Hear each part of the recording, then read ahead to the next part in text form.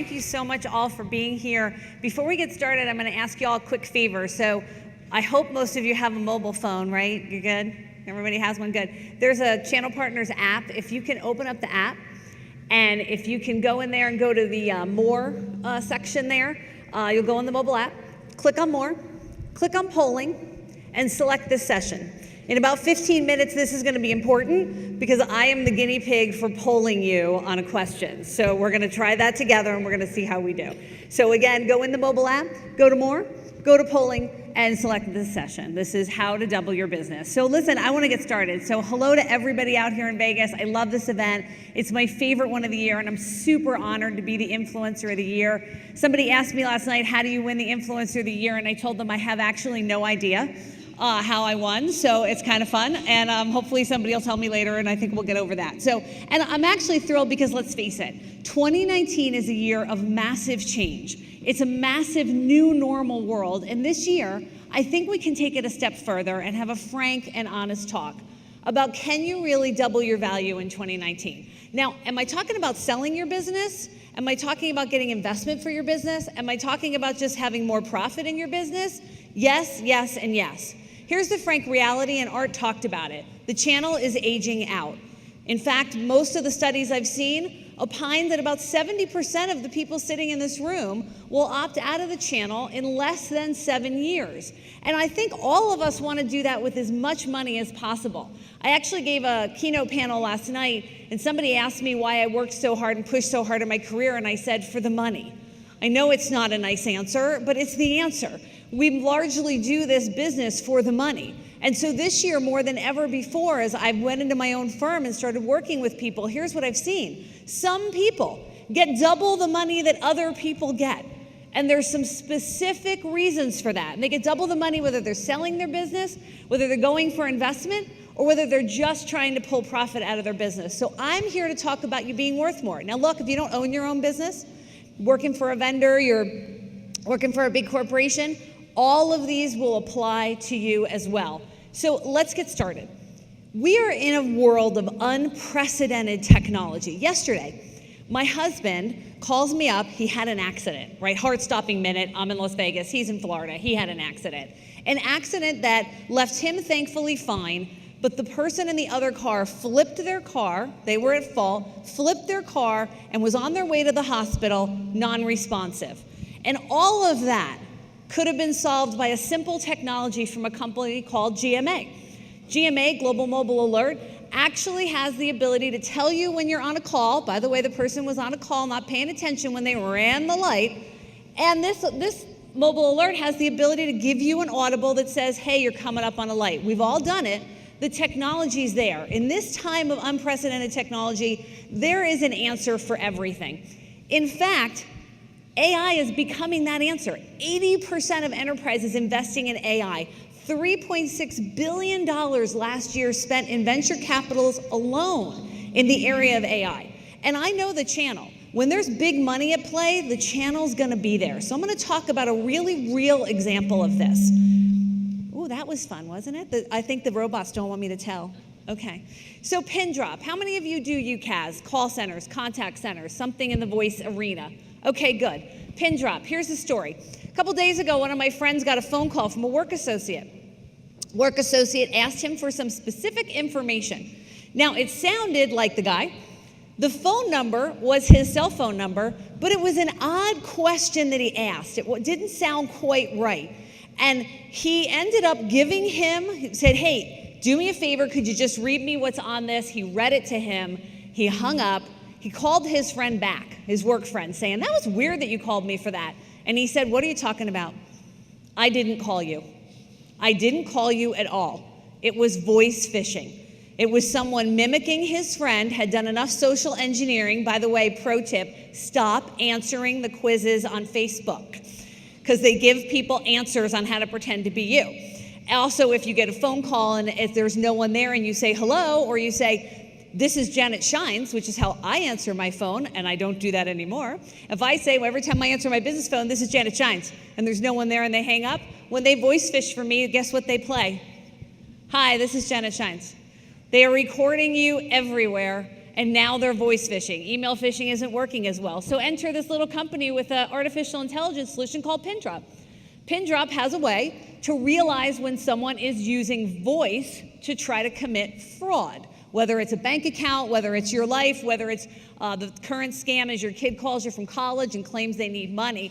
They raised $223 million in their first round out there. So if you're in the contact center and call center space and you're not in the AI space for voice, that's probably a mistake. Or how about IoT? I've heard people talk about IoT. I see the percentage of sales in IoT. There's a company called Longview. What does Longview do? It's packaged IoT that you can make a commission selling. It's actually all packaged up, all ready for you with the security, the cloud, the sensors, the devices. For all the supply chain, you can have an IoT solution. There are solutions out there that hook on to what you sell today that you can find, identify, and use to grow your business. Now, here's another example. Bright Machines raised $229 million in their first round of funding. Why? Because it's a cool name, Bright Machines? No, because they figured out a way to use robotics to be a factory worker. Unemployment in the country is at 3.9%, the lowest last month it's been since 1969. How successful are people getting factory workers? Not very successful. But if you sell to companies that are actually in those spaces where they have unskilled workers, Bright Machines, by the way, Google also has this in their lab, figured out a way to make a human hand better than a human hand that can do precise work on a factory floor. And they raised $229 million. Now, all of these have something in common. And I'm going to keep doing them for a couple more minutes so you guys get the point in a couple of minutes where, but I'm not going to tell you yet. So the next thing is the deskless workforce. How many people have customers that have employees that don't sit at a desk? All of us, right? All of us. And initially we sold mobility. Art talked about LTE. I'll talk about 5G in a minute. But this company, MotoHub, has figured out a way through a mobile app for people to scan checkpoints, use GPS, complete a configurable field report, and have field reports from janitors, et cetera, in the field. Again, another thing that people are selling. So finally, I'm going to do two a little more forward things. So who here hopes their car can drive them soon? Both hands up for me. Okay, think of the time I could save. So who here is taking an Uber? Good. So in 5 years, the forecast is with autonomous cars, if they work the right way, your Uber driver would be just a car, right? So you're going to get in this empty car. And that your car, maybe in 10 years, would actually be able to drive you anywhere you want. Well, this company, a little farther out, called Enel, is doing highway wind turbines. So they are putting wind turbines in the fast lanes in the highway, and as you drive by them, you generate power. So the forecast is in the next decade that when you go to sleep at night, your autonomous car will actually go charged up from the very power that you got in your solar or wind turbines and take a drive to generate power. So the highway could actually have thousands of cars on it at night, driving at 70, 80, 90 miles an hour, generating all the power a city needs. This is the world that we're moving into. This is not science fiction. These are already in Europe. They are already using these on the Autobahn. They are already generating about 11% of the power for several of the largest cities there to actually do this from their current traffic. This is the world that we're in, and this world is going to need an intense amount of data, and it's going to need 5G. In fact, the forecast is 5G has the potential to change the world of the internet forever. We all remember when we used to dial up, because I saw Art's thing, we're like 49. I like that because I'm actually older than that, so if we're on average 49, I'm good. It's awesome. That's the birthday I'll celebrate this year. And so when we first started in the industry, you had dial-up internet, right? You would sit there and you'd get that reassuring tone, that doo-doo-doo. It was awesome. For those of you who are too young to know that, you don't understand the fun of waiting 2 minutes to dial up and hoping that somebody had sent you an email or an instant message. It was fantastic. It was awesome. There's no surprise or suspense anymore. But 5G has the potential to change the world the way the internet did. It has the potential to make nanosecond decisions possible in medicine, in transportation, in manufacturing, in every industry. In the next few years, 5G has the potential to bring the robots to the front of the line, keep them connected, have the data processing, and be able to save and make lives. Now look, it's not gonna happen this year, and it's not gonna happen next year. It's probably 3 to 5 years out. But all of these things that I've talked about have something in common. But you know, before I tell you what it is, it's not just technology where people are making money. In fact, if you live in Sydney, Australia, or here in the US, you can rent a chicken. You can actually, you're worried about your food, worried about where it's coming, worried about what it's eating, not to worry anymore. You can buy your chicken organic food. You can rent a chicken. The chicken farmer keeps the chicken for you. Don't worry, it's not like running around your backyard. And your eggs come to you from your chicken. Sticking with the animal theme, how about Bark Buddy? Tinder for puppies. In its second round of funding, was valued at 18x valuation. 18x, by the way. The Rent-A-Chook was at 19x. So you can see what the valuations are here. So Bark Buddy, you actually swipe left or swipe right if you like the puppy or not. And you can select your forever puppy for a simple monthly subscription fee. But wait, there's more. Don't know what to spend that special someone? You can subscribe to Spud Alert, and you can send somebody a potato. My favorite, I clip art here, Paul, you're being evicted. I think it's a nice way to tell Paul, here's your to-go meal, get on out. So what do all these things have in common? Rented chickens, Bark Buddies, wind turbines, machines that do factories. They are an as-a-service model. Every single one of the companies I talked to had at least a 13x valuation. The average reseller, VAR, MSP is nowhere near a 13x valuation because not enough of their business is guaranteed to be business in the coming years. It's down to what you close this year. This is the power of cloud, data, 5G, AI, machines. The power is the ability to turn at least 30% of your revenue into recurrent revenue, because that takes you to a double-digit valuation. Get above 50, and you're looking at more than 13x. That's what all of this proves. But the problem in all of this is that we have to remember that while anything is possible, everything isn't. And so hear my message. The channel is a for-profit business. To the vendors in the room who lament their commission, their margins, their money, their marketing, it's time for a wake-up call. The channel, the masters, the VARs, the ISVs, the agents, you pick your name, are there to make a profit.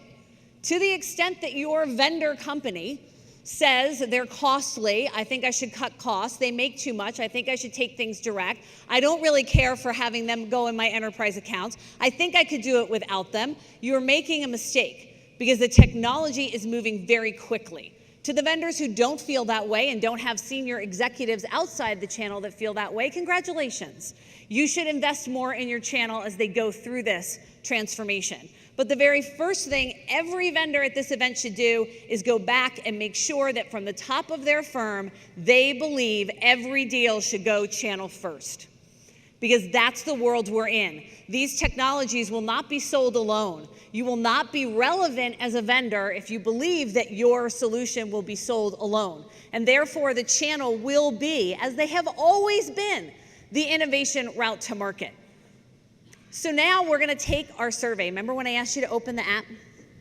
Open the app, go to more, go to polling, go to my session. Here's the question. Do you have a partnership today that isn't working? And I'll give you a minute to do that while I talk to you about that. So we did a brief survey at JS Group when I first started it up to ask how many people had a partnership that wasn't working. As we started working with some of our customers, our partners, and our vendors, we found that close to 50% had at least one partnership that they needed to terminate. Why hadn't they terminated it? Nobody had an answer for me. So let's see if you guys have an answer to how many of you have partnerships that aren't working. 88%. So 88% of the people are sitting here in this room today with at least one partnership that doesn't work. To me, that would be my reason for being here. All of us have meetings with that partner. I bet many of us have meetings with the partner that isn't working.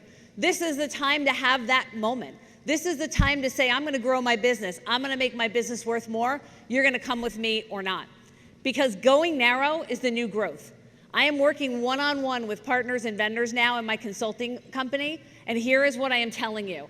We run a program called Market Action Planning. By the way, you can use your MDF dollars from many of the major vendors. And the program works with partners, agents, VARs, et cetera, to design a path forward to double their business. And some of them do it with a pitch deck because they want to sell, and some of them do it with a business plan and investment strategy. But going narrow is the new growth.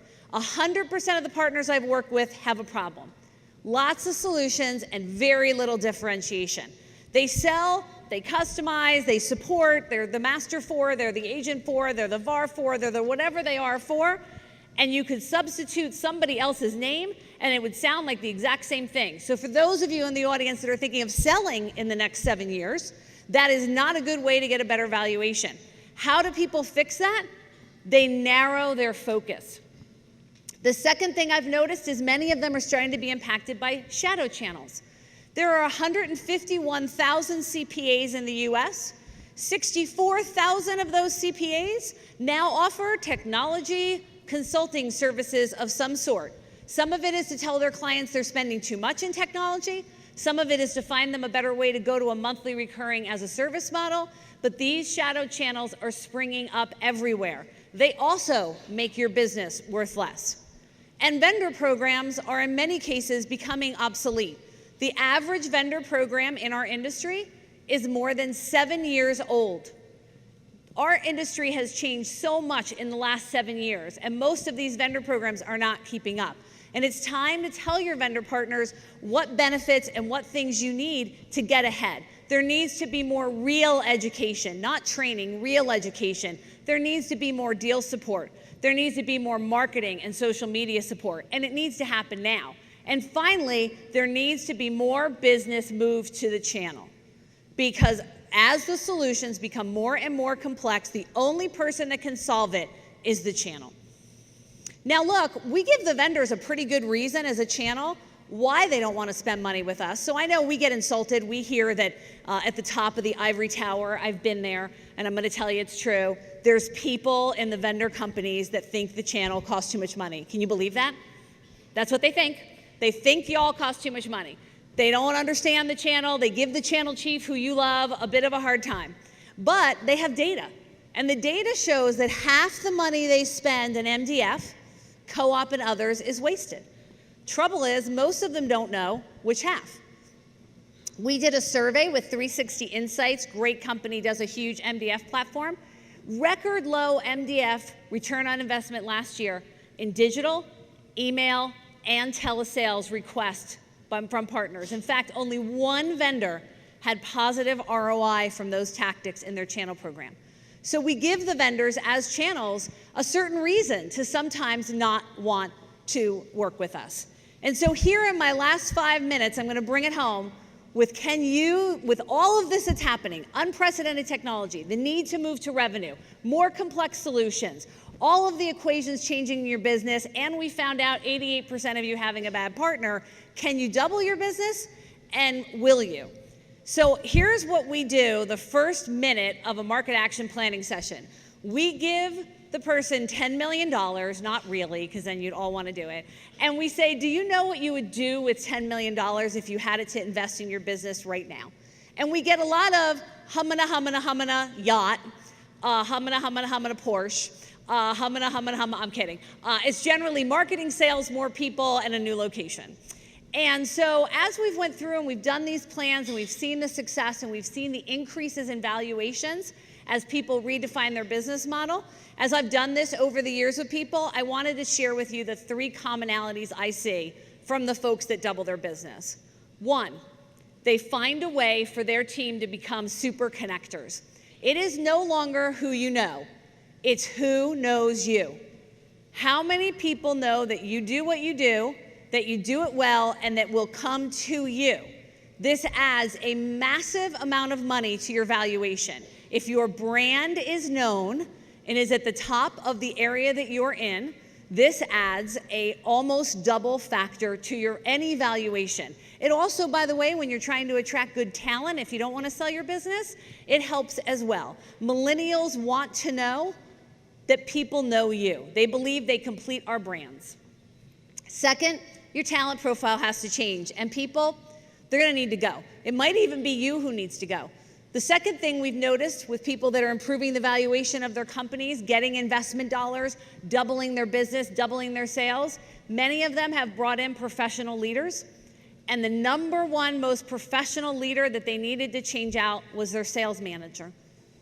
Sales management was the number one problem that most of these people had. Now, I'm sorry if you're the sales management for your company. Totally apologize, okay? Hopefully I'm not talking about you. I'm not talking about everybody had this problem. It's totally not you, okay? It's me, okay? It's totally me, not you.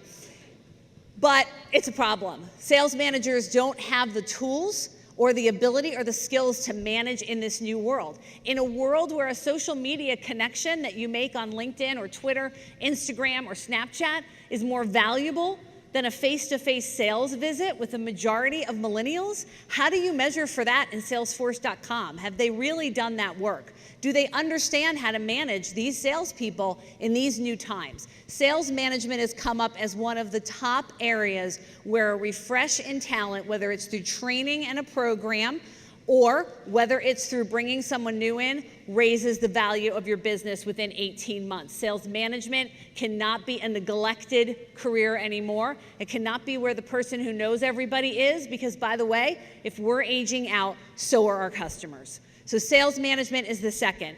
And then the third, I hinted to at the beginning, and I'm going to close back here, it's all around subscription revenue. Subscription revenue doubles the value of your business when you get to 30% subscription revenue. Where do you get subscription revenue? From services. Everything as a service. Security, managed IT, software. These as-a-service businesses are the ones that are making money. And there's no reason with the recurrent revenue models that the vendors have available that we can't take advantage of that. That truly is where we need to go. The bottom line is to grow, you need to make a new plan. One that is both narrow and bold. One that embraces the best partnerships that you have and terminates the ones that are not good. One that stands up at the table and says, we will have a good partnership or we will have none. And one that makes sure that your business invests in the right talent, in the right businesses, and in being known. I will conclude this by just saying that I love the channel. And I know with this unprecedented, try to say that 5 times quickly. With this cool new technology that's coming out, the channel is going to be the tip of the spear to make this business work. But to make that work, you have to have the right partnerships, you have to narrow your focus, you have to have the right talent, and you have to make sure the market knows you're there. I have complete faith that the huge growth that we're gonna see in 5G and AI and machine learning and security and everything as a service will come from this channel, and I look very forward to working with you as you grow. On behalf of the entire team from the JS Group, we thank you so much, and I appreciate the award.